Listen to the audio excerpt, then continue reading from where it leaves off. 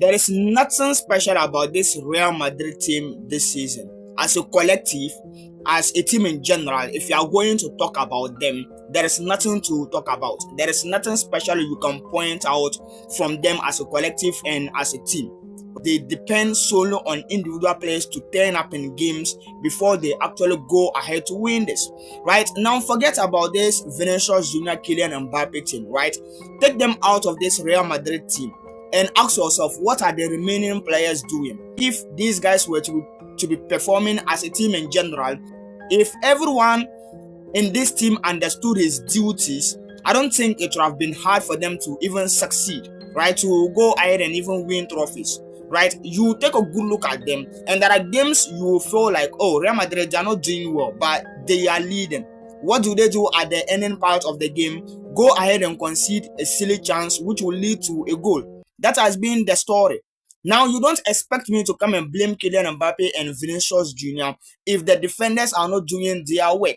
You don't expect me to come and blame Vinicius Junior and Kylian Mbappe if the midfielders are not taking responsibility in the midfield.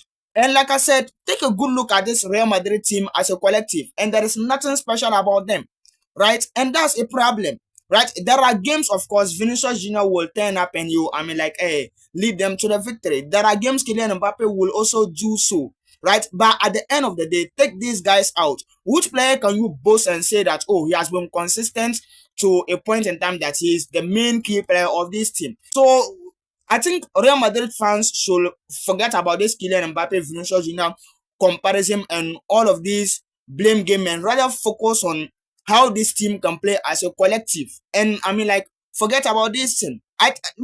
I think this even brings more problems to this team than maybe they're focusing very hard to actually find the real problem, because I believe none of these guys are the problems. Yes, there are some games you feel like they could have done better, right? Kylian Mbappe or Vinicius Junior. There are some games that you can clearly see that, oh, they are doing one or two things which is leading to the downfall in that particular game. But it doesn't mean that they are the problem to this Real Madrid team.